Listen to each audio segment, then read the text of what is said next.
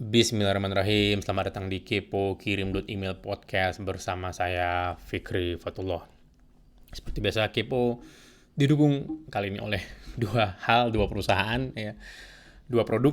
Yang pertama Kirim Email, yang kedua adalah emailkerja.id. Emailkerja.id ini untuk Anda yang pengen bikin email dengan domain sendiri ya, misalnya nama Anda @gantengsekali.com gitu loh ya.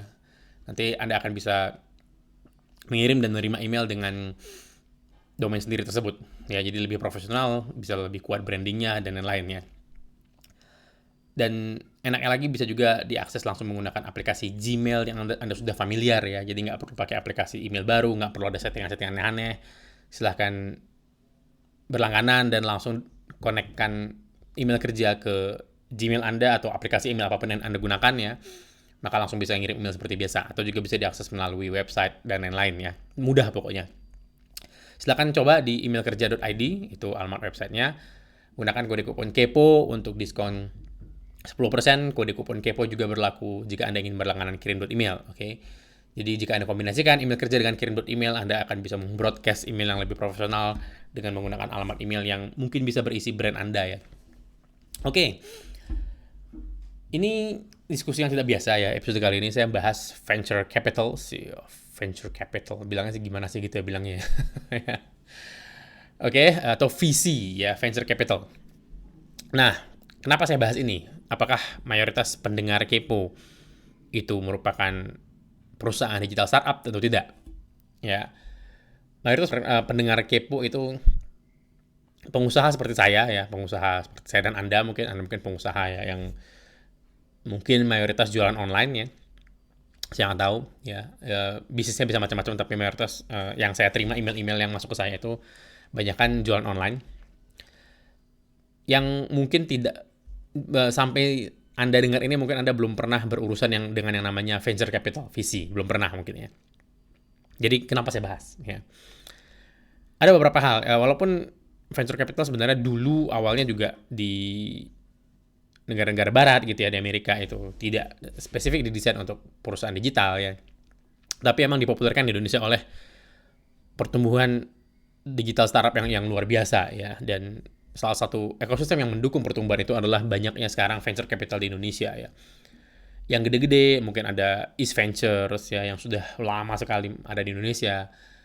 Dan ada SoftBank, ada Alibaba, dan di Indonesia sendiri yang beneran lokal itu banyak dari perusahaan-perusahaan atau dari ya, atau istilahnya enterprise VC ya. VC atau venture capital yang lahir dari sebuah perusahaan besar seperti BUMN, contoh Telkom. Telkom itu sudah punya VC-nya sendiri ya, dan Astra walaupun bukan BUMN ya, tapi sudah punya VC-nya sendiri. Itu contoh-contoh enterprise VC ya. Jadi perusahaan yang sudah mencapai titik tertentu yang begitu besar ya, itu mungkin ingin mendorong inovasi di dalam perusahaannya ya, karena untuk perusahaan yang sebesar Astra itu mungkin melakukan inovasi tidak mudah ya. Jadi jalan pintasnya adalah menginvestasi dalam sebuah startup yang sedang bertumbuh ya. Mungkin Anda dengar beritanya bahwa Astra melalui venture capitalnya itu invest di Gojek ya.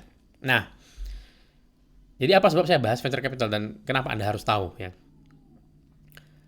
Tahun ini atau mulai dari tahun lalu sebenarnya ya, dan trennya ke tahun ini tuh semakin meningkat, dan saya yakin kedepannya juga akan semakin meningkat, adalah trennya seperti ini.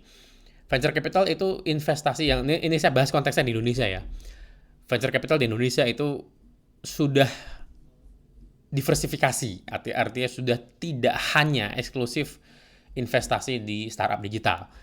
Artinya, kalau bisnis Anda tidak ada urusannya, walaupun bisnis Anda saat ini sama sekali nggak ada urusannya dengan bikin aplikasi, baik itu mobile maupun SaaS seperti kirim.email atau yang lain ya, Anda hanya jualan produk-produk tanda petik konvensional seperti kopi ya, itu Anda akan bisa didatengin sama venture capital ya.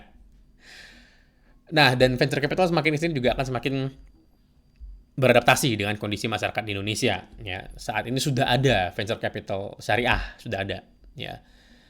Dan kami di kirim.email sudah pernah ngobrol langsung dengan dengan seorang perwakilan, maksud saya, dari venture capital syariah ya, yang memang akad-akad syariah gitu loh. Ya. Sayangnya yang kami obrolin itu bukan dari Indonesia, tapi dari Singapura dan Malaysia ya. Mereka join, bikin venture capital syariah, dan invest ke perusahaan-perusahaan di Indonesia dengan akad-akad syariah tersebut. Ya, kita pernah ngobrol, dan walaupun tidak terjadi deal, ya, karena saat itu ini sudah lama sekali ceritanya. Karena saat itu kami belum merasa begitu membutuhkan pendanaan dari venture capital saat itu. Ya, saat itu kan kirim email. Nah, pertumbuhannya masih bagus, alhamdulillah ya. Sampai sekarang sih, alhamdulillah masih bagus ya, sampai saya rekam ini, dan mudah-mudahan terus bagus, amin ya Allah ya. Dan karena kami cash flow-nya positif, itu kami tidak memutuskan untuk, ya kalau ini deal, alhamdulillah ya, saya berdoa sama Allah kalau memang ini jodoh yang bagus, maka ya Allah ini mudahkan, jadikan, kalau enggak ya maka jauhin gitu. Dan alhamdulillah dijauhin, ya saya nggak tahu ya, qadarullah lah ya.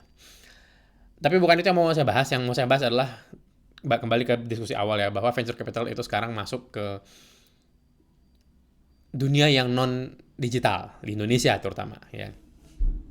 Nah, mungkin Anda yang tidak mengikuti berita seputar visi mungkin nggak tahu bahwa ada sebuah venture capital yang invest di perusahaan kopi di Indonesia. Dan ada venture capital atau orang-orang venture capital, saya nggak tahu dia bawa nama venture capitalnya atau memang hanya bawa nama individu, saya nggak tahu. Tapi ada orang-orang venture capital yang invest di film, dan ini banyak, nggak cuma satu ya.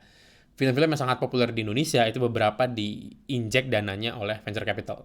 Ya, jadi si produser ini, dulu kan film itu didanai sama biaya si produser langsung kebanyakan lah ya, atau investor-investor pribadi ya. Nah, sekarang venture capital turun ke film-film di Indonesia karena pertumbuhan film di Indonesia lagi luar biasa tinggi ya. Dan itu mereka injek dana ke production house ini gitu loh ya. Nah, saya akan mundur sedikit, mungkin ada beberapa pendengar kepo ya. Kalau Anda sudah tahu silahkan di skip aja ya. Tapi ada beberapa pendengar di kepo Kirim Podcast yang belum tahu bagaimana caranya venture capital bekerja ya. Nah, venture capital ini jadi tugas utamanya adalah menginvest ke sebuah perusahaan, kebanyakan digital startup di Indonesia ya, startup digital yang pertumbuhannya tinggi ya. Dan apa ya, mereka tidak berharap, dan mereka tidak berharap balik duitnya hanya dari pemasukan si perusahaan tersebut ya. Biasanya mereka butuh itu duit balik dengan cepat dalam waktu yang ada, dalam time frame yang singkat. Jadi mereka injek misalnya di tahun ini, itu harapannya 5 tahun, nggak sampai 5 tahun malah ya, itu udah bisa balik, udah bisa profit ya. Caranya adalah dengan mungkin menjual sahamnya ke orang lain saat perusahaan itu bertumbuh, atau menjual sahamnya saat perusahaan itu menerima pendanaan selanjutnya dari mungkin venture capital lain, atau mungkin dari go public ya, IPO istilahnya, initial public offering ya. Atau mungkin saat perusahaan itu diakuisisi atau dibeli sama perusahaan lain. Misalnya Anda punya perusahaannya bertumbuh ya, itu ada kemungkinan ada perusahaan yang lebih besar itu tertarik untuk membeli perusahaan Anda. Mungkin mereka tertarik membeli teknologinya ya, atau mungkin tertarik untuk mengakuisisi orang-orangnya ya. Makanya ada istilahnya acqui-hire ya, acquisition dan hire digabungkan jadi acqui-hire. Acqui-hire adalah tindakan sebuah perusahaan mengakuisisi perusahaan lain untuk meng-hire orang-orang di dalamnya, karena mereka melihat nih orang-orangnya jagoan banget ya. Terus diakuisisilah perusahaan itu untuk kemudian orang-orang diambil untuk bergabung sama perusahaan yang lebih besar tadi gitu loh ya. Ini umum dalam dunia digital startup ya, karena salah satu alasan investor ingin mendanai sebuah perusahaan itu orang-orangnya, siapa foundernya, bagaimana timnya, dan lain-lain. Itu orang-orangnya yang lebih utama, karena untuk teknologi itu sendiri mungkin sebagian besar orang bisa buat ya, tapi orang-orang dalamnya, kombinasi orang-orang dalamnya tepatnya itu belum tentu bisa ketemu, belum tentu bisa jodoh seperti ini gitu ya. Seperti contoh misalnya Gojek ya, mungkin ada yang bisa bikin seperti Gojek, tapi untuk bisa mendapatkan Nadiem itu nggak gampang gitu. Nadiem dan timnya, Nadiem Makarim maksud saya, itu nggak gampang. Makanya jika Anda pengen dapat timnya Gojek, Anda harus mengakuisisi Gojek, kira-kira seperti itu ya. Nah, itu cara venture capital bekerja ya, cara mereka berusaha, model bisnisnya seperti itu. Ya, mungkin ada plus minus lah, yang lain-lain ada yang khusus ya. Tapi umumnya seperti itu. Nah, biasanya mereka mendapatkan dana atau duitnya itu dari beberapa tempat.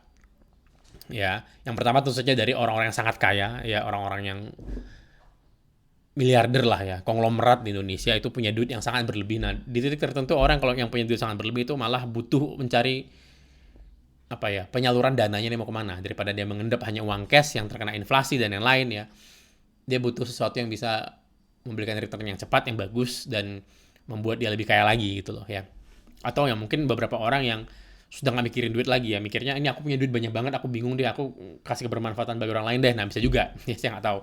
Tapi mayoritas dari orang yang sangat kaya ini, dan si venture capital punya koneksi ke orang-orang yang sangat kaya, yang biasanya juga nggak pernah punya waktu untuk dengerin presentasi kita ya sebagai pebisnis gitu. Misalnya Anda bikin proposal, Anda kenal sama orang yang sangat kaya misalnya, Anda pengen minta investasi dari beliau, Anda bikin proposal, kemudian Anda pengen presentasi ke beliau, itu ya good luck lah menemukan waktunya ya.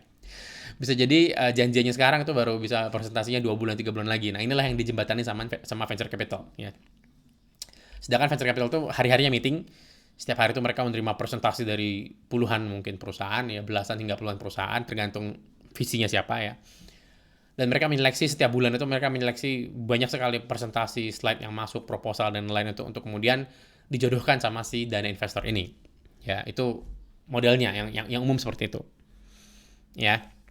Nah, itu sumber dana pertama biasanya dari orang sangat kaya, individu yang sangat kaya, dikumpulin duitnya di venture capital, ya mungkin orang kaya A itu punya $1 miliar, orang kaya B punya $1 miliar gitu kan ya. Kalau cuma 1 miliar mungkin nggak bisa invest, tapi kalau digabungin 10 orang seperti orang kaya A tadi, maka kita punya $10 miliar yang mungkin kemungkinan mendapatkan return yang lebih baik itu lebih tinggi, kira-kira seperti itu. Nah, bisa jadikan 10 orang kaya A ini nggak saling kenal ya. Ataupun kalau saling kenal itu nggak ada waktu lah untuk ngurusin hal seperti ini ya. Mereka cuma banyak duit aja gitu ya. Mungkin udah nggak ada lagi waktu atau space atau ruang untuk mengelola ya dana mereka. Jadi, dan biasanya mereka punya spare 10%-an itu untuk investasi berisiko tinggi ya. Nah, maka venture capital adalah tempatnya investasi berisiko tinggi ya. Jadi investasi yang mungkin tidak jelas returnnya kapan dan tidak jelas returnnya berapa, dan bisa jadi tidak return, tapi sekalinya return itu bisa luar biasa ya. Ada orang yang saya dengar dari teman saya yang terlibat langsung itu invest sekitar 30M dalam waktu 3-4 tahun ya kalau nggak salah, itu returnnya bisa 100 kali ya. Itu ya mungkin investasi yang luar biasa ya, di bursa saham mungkin itu jarang kejadian gitu loh ya.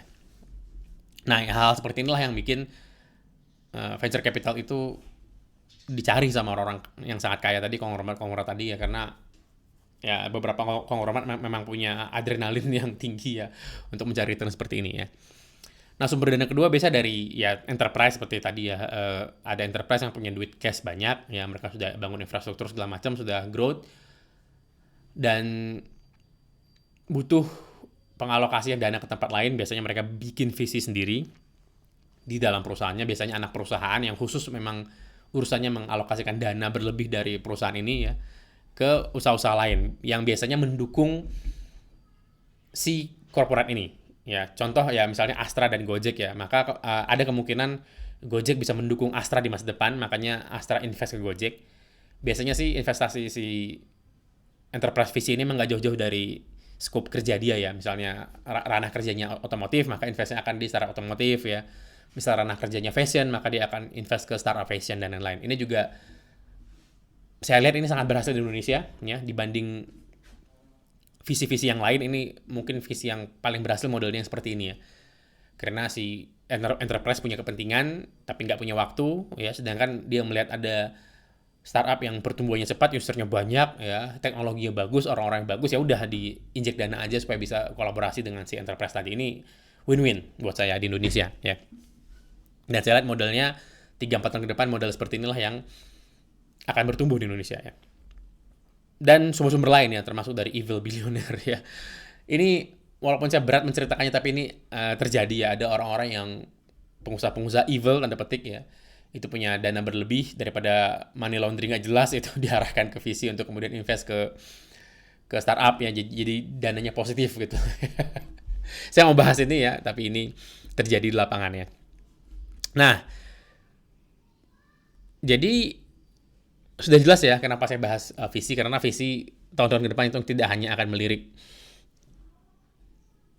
perusahaan digital, tapi juga perusahaan-perusahaan non-digital ya, kuliner, fashion itu akan dilirik. Dan kalau usaha Anda itu usaha kuliner sama fashion yang pertumbuhannya bagus, bisa jadi Anda akan digedor pintunya sama mereka. Karena saya lihat venture capital makin agresif, yang tadinya mereka didatengin, sekarang mereka mendatengin, mereka gedor pintu.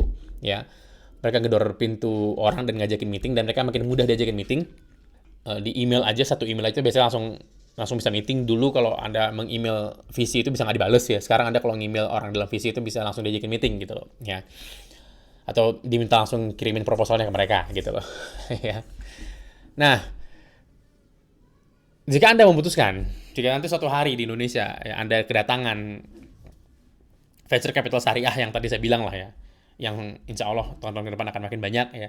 Jika Anda kedatangan venture capital seperti ini yang cocok sama hati Anda, dan Anda memutuskan untuk menerima duit dari venture capital seperti ini, ada satu hal yang harus Anda tahu, dan inilah tujuan dari saya membuat episode ini, saya merekam episode ini ya.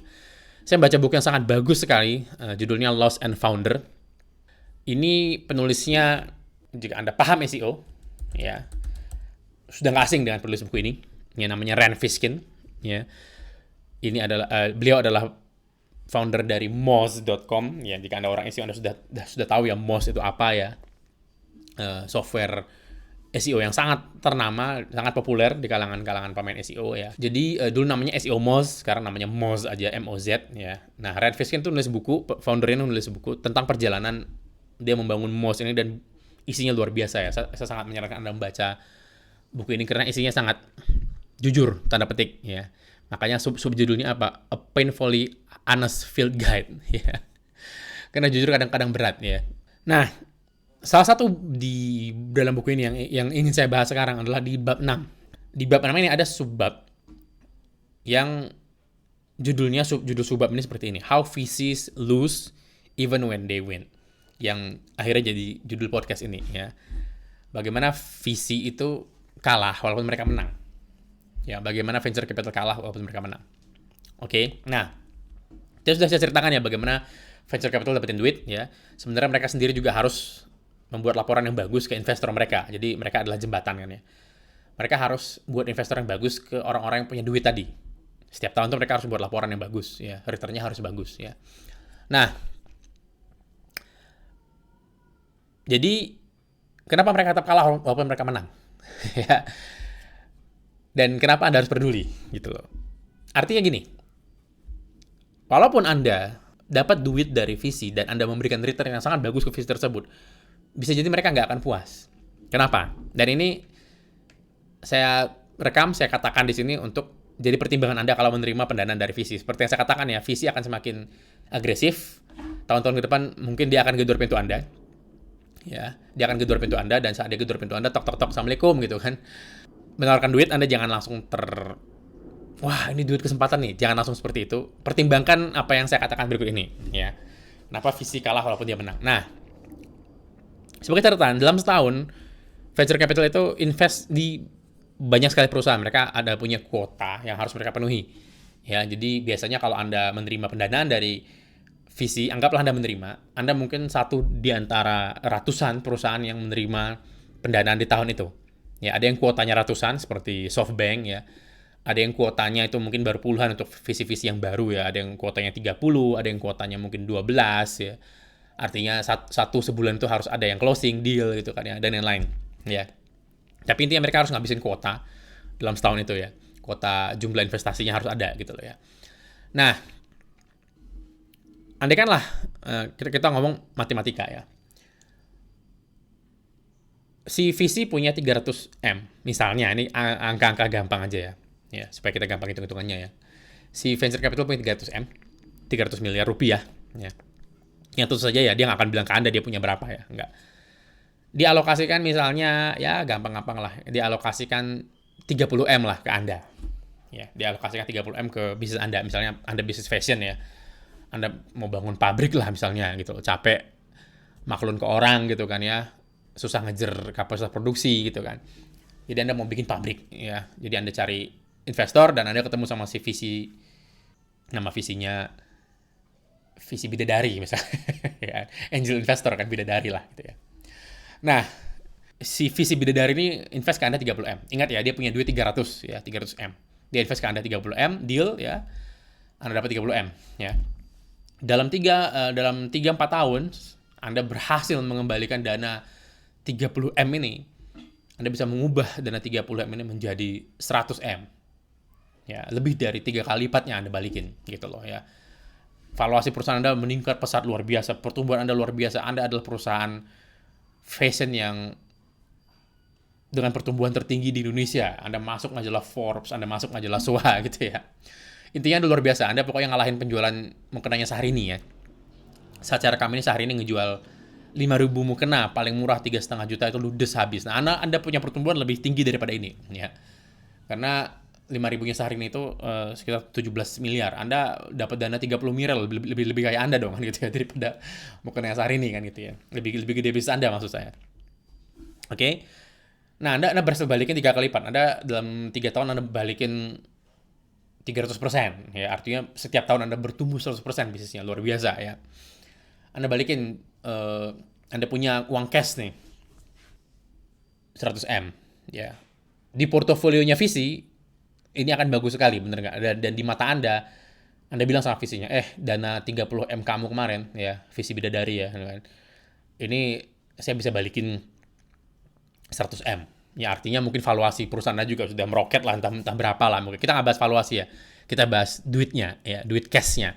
Ya, Anda dapat 30M cash, Anda bisa balikin 100M cash ya. Mungkin revenue total revenue Anda sudah entah berapa ya, udah bertambah entah berapa puluh kali lipat gitu. Intinya Anda punya uang cash 100M ya di tabungan Anda yang siap untuk dibagikan ke investor ya. Andai kata ya, kita ngomong kasar deh, Anda berbaik hati deh. Anda mau membagikan 100M tadi total semuanya ke Visi ya. Anda mau balikin semua 100M, semua mau Anda kasih ke Visi Anda gitu loh. Kenapa? Visi Anda bingung, loh kok ini duit semua dibalikin ke saya? Apa nggak mau dipakai untuk bertumbuh lagi gitu loh. Oh enggak lah, Sultan mah bebas Anda bilang gitu ya. Ya ini kasus yang hampir tidak mungkin terjadi, tapi ini kita ngomong kasar aja biar enak lah, biar lucu lah ya. Oke. Jadi si Visi ditanamin 30M ke Anda ya, Anda balikin 100M. Ya, cash ke si Visi tersebut dalam waktu 3 tahun misalnya. Pokoknya perusahaan Anda luar biasa bertumbuh deh ya. Pabrik yang Anda bikin itu sangat berhasil, luar biasa. Semua orang mau titip bikin di Anda, ya Anda sangat kaya dari situ, duit cash Anda banyak. Karena semua Anda minta bayar depan. Ya. Pokoknya semua yang produksi di Anda minta bayar depan. Jadi cash Anda banyak sekali ya. Dan Anda memutuskan untuk ini masih banyak lagi kok project mau datang, ini kita kasih aja deh duitnya ke Visi biar mereka tenang gitu. Ini contoh lah ya.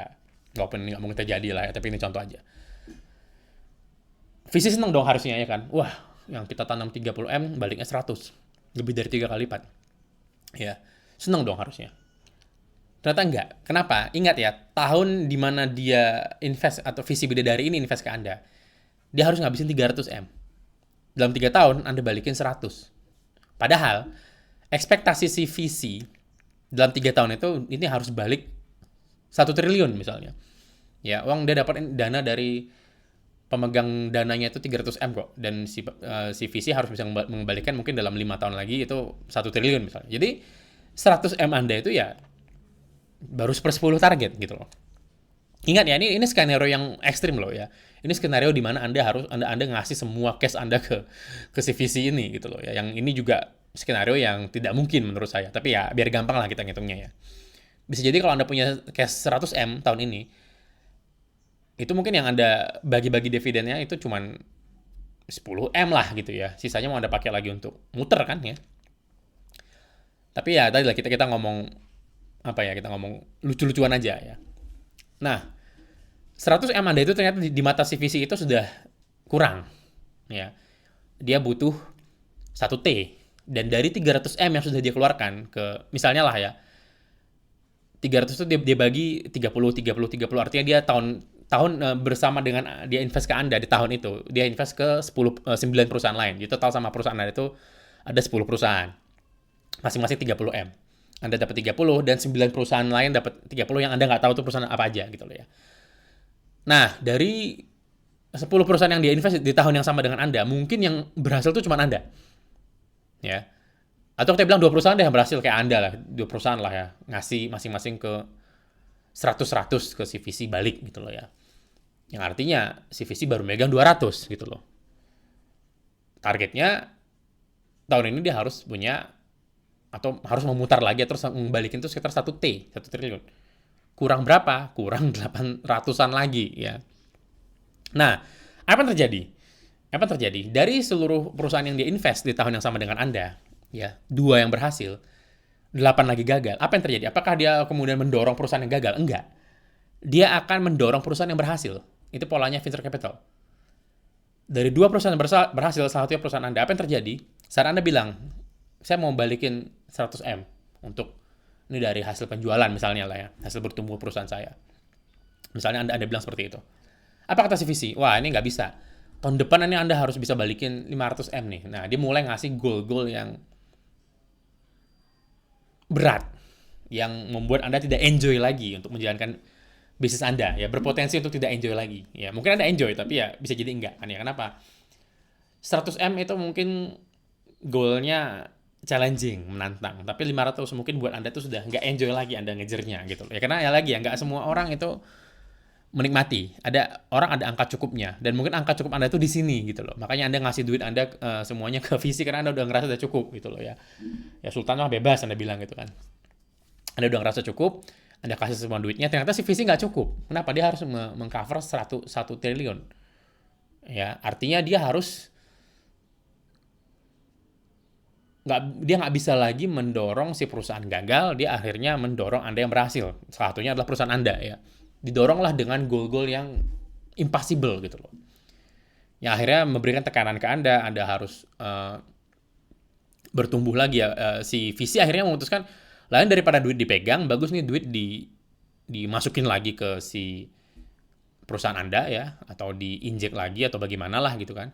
Supaya ini bisa ngasih 1 triliun tadi gitu loh. Ya, yang harus balik gitu kan. Akhirnya Anda tertekan gitu, nggak di-push sama si visi kan. Wah, tertekan Anda nggak enjoy lagi jalan perusahaan tim Anda mulai stres, ya, kelimpungan, goal-goal nggak masuk akal ya. Anda terpaksa untuk meningkatkan kapasitas produksi, Anda beli lagi 1 pabrik lagi, bangun lagi 1 pabrik lagi, ternyata pabrik yang kedua dibangun nggak sesuai harapan dengan seperti yang pertama. Kenapa? Karena yang pertama itu Anda bener-bener pakai hati gitu loh. Anda bener-bener riset mendalam, pakai hati, Anda ngobrol dengan penduduk sekitar. Anda tahu ini kalau diinvest 30M ini akan jadi. Anda tahu persis gitu loh. Ya. Tapi yang kedua, itu goalnya sudah hanya untuk kejar tayang doang. Jadi udah nggak pakai hati lagi lah, nggak pakai intuisi lagi. Pokoknya ada duit nih, lihat lahan kosong bangun pabrik deh gitu ya. Anda nggak mempertimbangkan tadi ya masyarakat sekitar seperti yang pertama. Anda nggak mempertimbangkan apakah ini akan bagus lokasinya, enggak. Pokoknya ada duit, lahan kosong, bangun pabrik gitu loh ya. Karena Anda pikir yang pertama itu berhasil. Pabrik kedua ini harusnya berhasil dong, nyata enggak ya. Tekanan mulai memuncak dan yang lain. Akhirnya ya yang terjadi apa ya, perusahaan bertumbuh melebihi keuntungan lah ya, melebihi revenue dan profitnya, yang akhirnya bangkrut ya. Kenapa? Karena ya cost-nya begitu besar, duitnya nggak balik, revenue kurang, akhirnya bangkrut. Ingat, bangkrut itu bukan terjadi karena Anda rugi, tapi karena uang cash-nya habis. Uang cash sudah habis bangun pabrik segala macam yang ternyata return-nya nggak sesuai, cash flow-nya negatif terus, yang akhirnya satu titik Anda bangkrut. Ya, jadi itu kasus ekstrim, tapi ini terjadi ya. Nah, inilah yang harus saya ceritakan ke Anda ya. Saya ngerasa saya harus mengingatkan Anda kalau nanti venture capital, walaupun dia embel-embel syariah, ada syariahnya di belakang layar, dia tetap akan beroperasi dengan model bisnis yang sama. Jadi harus mengembalikan sejumlah uang tertentu ke si pemegang uang awalnya tadi, ya, si orang-orang konglomerat tadi ya, yang berharap ya tentu saja ya kalau dia invest sekian dia harus balik sekian dong kan gitu ya. Jadi sedangkan si venture capital itu untuk bisa mengembalikan jumlah segitu ya artinya dia harus punya 100% investasi berhasil ya, agak susah kan gitu ya. Bagaimana dengan tahun-tahun selanjutnya? Misal tadi kan 3 tahun ya. Tahun ini dia punya 300M, tahun depannya gimana? Ya dia kan mungkin dapat duit lagi 300M lagi atau mungkin 600M gitu kan ya, lebih dong ya. Terus dia harus cari perusahaan lagi ya. Artinya jadi ada 2 yang mungkin terjadi. Yang pertama, tingkat investasinya visi ini harus sangat tinggi, tingkat keberhasilan investasinya ya. Bayangkan kalau dia harus balikin 1T, mungkin dia harus berhasil invest ke entah ya 10 perusahaan seperti Anda ya. Jadi misalnya dia tiap tahun 10 dia punya 30 perusahaan di 3 tahun ya. 10 perusahaan berhasil, artinya dia harus sekitar 33% itu harus berhasil investasinya. Ya, tingkat keberhasilan 33% dalam dunia investasi itu luar biasa tinggi. Oke, bayangkanlah ya, dia harus berhasil dari 10 itu harus berhasil 3 gitu loh ya. Itu luar biasa ya. Biasanya dari dunia venture capital angka rasionya nggak sebesar itu. Mungkin dari 100 yang ditanam itu yang berhasil cuma 10% ya, 10 perusahaan ya. Jadi cara pertama ini agak sedikit menantang. Ya, agak sedikit susah maksud saya ya. Jadi cara kedua bagaimana? Ya, cara kedua tadi ya, nge-push perusahaan yang sudah berhasil. Mereka pakai prinsip Pareto 80-20 ya.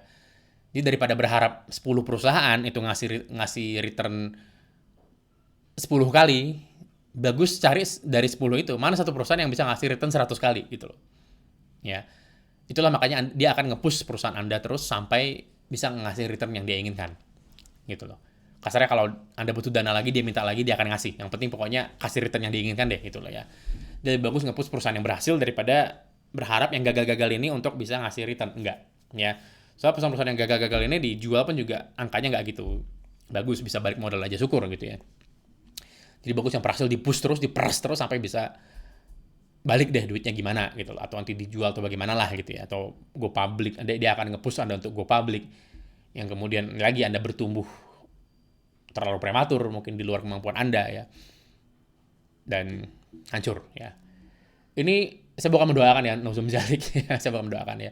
Artinya apa? Apakah tidak harus menerima visi? Kesimpulannya apa? Apakah tidak harus menerima visi? Enggak.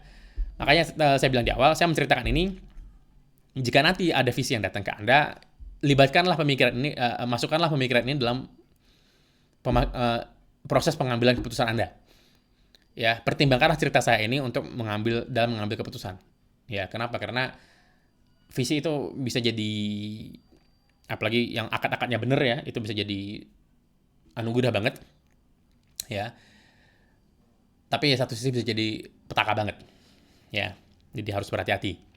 Nah, banyak perusahaan yang sukses kok via visi, banyak ya, menggunakan venture capital dia sukses banyak sekali ya. Google lah salah satunya. Awalnya pakai venture capital dan lain-lain terus sukses ya, dan revenue bagus dan profit sekarang. Facebook juga begitu ya. Banyak lah perusahaan-perusahaan lain.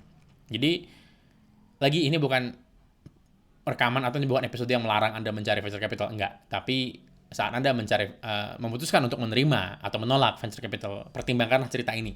Ya, pertimbangkanlah bahwa ada sudut pandang lain dari sisi venture capital. Dia bukan cuma invest ke perusahaan Anda. Dan kalau perusahaan Anda itu berhasil, ada kemungkinan, ini nggak semua ya, ada visi yang bagus, banyak lah visi yang baik hati, banyak yang integritas tinggi, banyak. Tapi ada visi yang nanti akan cenderung dia akan nge-push yang berhasil daripada dia mengusahakan yang gagal. Ya. Dan misalnya dari semua perusahaan yang dia invest, perusahaan Anda itu berhasil, maka dia akan nge-push Anda. Sebenarnya ini juga nggak berlaku hanya di visi ya, pada dasarnya ini umum ke banyak investor ya, termasuk investor individual atau yang disebut angel investor. Ada beberapa orang yang hobi banget investing maksud saya. Ya, itu dia invest ke beberapa perusahaan dan banyak yang dia invest itu nggak return, dia paling nggak mikir balik modal aja deh gitu. Nah, dia akan nge-push yang berhasil, terutama Anda. Dia akan ngobrol sama Anda dan minta Anda untuk ngasih return ke dia ya. Tapi di investor pribadi yang begini lebih sedikit. Angel investor biasanya, atau investor individual, investor yang pribadi sifatnya itu bisa lebih nego, bisa lebih tahan lama, hubungannya biasanya jangka panjang, ya bisa puluhan tahun ya, dan lain-lain lah. Intinya nggak menuntut visi ya. Oke. Itu aja mungkin dari saya. Jadi kalau Anda memutuskan menerima dana dari venture capital, pertimbangkanlah ini. Kalau setelah Anda pertimbangkan ini, Anda masih mau menerima juga, paling Anda udah tahu ya. Anda udah siap berarti akan ada kejadian seperti ini. Ya kalau ternyata si investor tersebut jago, ya tadi ya, kuotanya tercapai dan persentase keberhasilan investasinya tinggi, ya mungkin tahun ini dia invest 300 dan 300-nya berhasil semua gitu ya. Dia akan santai sama Anda, ya, dia akan santai sama Anda, dia mungkin nggak akan nge-push itu, ya. Tapi tadi ya, kalau ternyata keberhasilan investasinya kecil, dia akan nge-push perusahaan yang berhasil. Dan jika perusahaan Anda berhasil, itu adalah permulaan dari perjalanan panjang Anda bersama si visi tersebut, ya. Pertimbangan. Oke, itu aja mungkin dari saya. Itu mungkin juga alasan kenapa kirim.email sampai sarekam ini belum pernah menerima venture capital, ya. Walaupun sudah ada obrolan beberapa kali dengan beberapa visi, tapi belum menerima karena saya juga nggak ngoyo, karena saya kepikiran ini terus, ya. Kepikiran ini terus, dan inilah kenapa saya share ke Anda cerita ini, ya. Dan saya nggak bisa membahasakannya sampai saya baca buku ini, ya. Saya baca buku Lost and Founder, jadi saya sarankan Anda cari buku Lost and Founder, Anda baca, ini isinya luar biasa berdarah-darah, ya. Bagus sekali untuk Anda untuk jadi pelajaran, ya. Jadi beliau jujur sekali, angka-angkanya semuanya jujur, ya. Dan isi sangat berdarah-darah. Ya. Dan saya nggak bisa membahasakan cerita tadi sampai Ryan Fiskin menuliskannya. Ya. Saya paham visi itu seperti apa, tapi baru ngeh itu, baru bisa membahasakannya ke Anda seperti ini tuh setelah baca buku ini. Jadi saya baca, ya. Untuk kita pelajari. Banyak sekali, ya. Cerita di buku ini bukan hanya soal hubungan dia dengan visi, tapi juga pengembangan produk, pemasaran, SEO secara umum, product market fit, banyak sekali lah pokoknya, ya. Saran saya sih ikut aja, bagaimana pembagian saham, bagaimana dividen dan yang lain, bagaimana memilih CEO, bagaimana gagal milih manajer dan yang lain lah, ya. Ditinggal kabur sama developer, semua lengkap di sini ceritanya. Sangat saya sarankan untuk Anda baca, oke? Itu aja mungkin dari saya. Seperti biasa, Anda bisa menggunakan kode kupon KEPO untuk dapat diskon berlangganan kirim.email maupun email kerja.id. Silakan ke kirim.email ataupun email kerja.id untuk Anda ingin broadcast email dan memiliki email dengan domain sendiri. Saya Fikri Fatullah, terima kasih. Assalamualaikum warahmatullahi wabarakatuh.